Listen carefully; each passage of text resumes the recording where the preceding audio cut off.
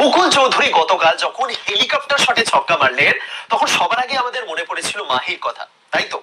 এবং বাস্তবে এই মুকুল চৌধুরীর আইডল হলেন মহেন্দ্র সিং ধোনি। মুকুল ধোনির মতোই ফিনিশার হতে চান, মুকুল ধোনির মতোই ম্যাচ জেতাতে চান। এই ভিডিওটা দেখুন মুকুল কি বলছেন।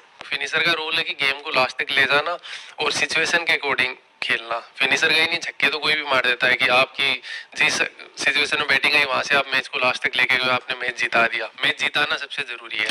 অর্থাৎ মুকুল যেটা বলেছেন সেটাই করে দেখিয়েছে। মুকুল ধোনির মতোই ম্যাচটা ডিপে নিয়ে গেছেন। মুকুল শুধুমাত্র ছক্কা মেরেই থেমে যাননি, তিনি তার দলকে ম্যাচটা জিতিয়ে এসেছেন। ঠিক যে কথাটা তিনি বলেছেন সেই জিনিসটাই করে দেখিয়েছেন। মুকুল কথা রেখেছে। মুকুল চৌধুরীর বাবা এতটাই ক্রিকেট পাগল যে মুকুলের জন্মের আগেই তিনি ঠিক করে নিয়েছিলেন ছেলে হলে তাকে ক্রিকেটারই বানাবে। এবং 2004 সালে জন্ম নিলেন মুকুল চৌধুরী। তার কয়েক মাস পর সেই 2004 সালেই মহেন্দ্র সিং ধোনি ভারতের হয়ে আন্তর্জাতিক ডেবিউ করলেন। অর্থাৎ মুকুল এবং ধোনির কানেকশন সেই 21 বছর আগেই কিন্তু স্থাপিত হয়ে গেছিল। এখন তো মুকুল শুধুই হেলিকপ্টার ছক্কা মেরে আমাদের নস্টালজিক করে তুলছে। সাবাস মুকুল চৌধুরী, সাবাস, দারুণ ইনিংস খেলেছেন।